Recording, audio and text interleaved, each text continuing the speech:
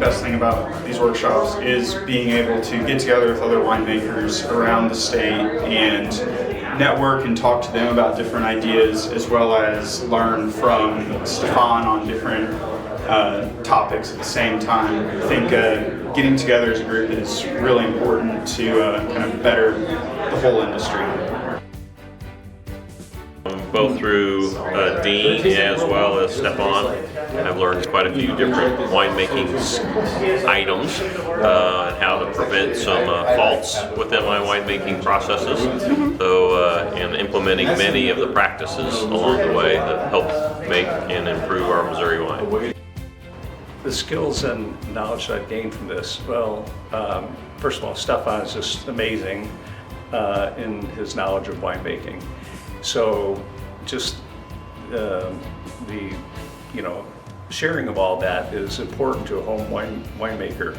But I think the most important thing that I've learned is that I have resources available to me that I can send in samples of my wine and have results back within a day or so that help me then as a home winemaker make better wine.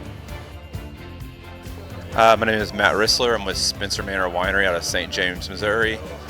So the biggest takeaway that I've been getting from these workshops is to question some of the SOPs and the standard operating procedures we already have in place. I think it's very important to continually to question your methods and your procedures. You can't grow or improve if you're not doing that. So that's the biggest takeaway I've taken.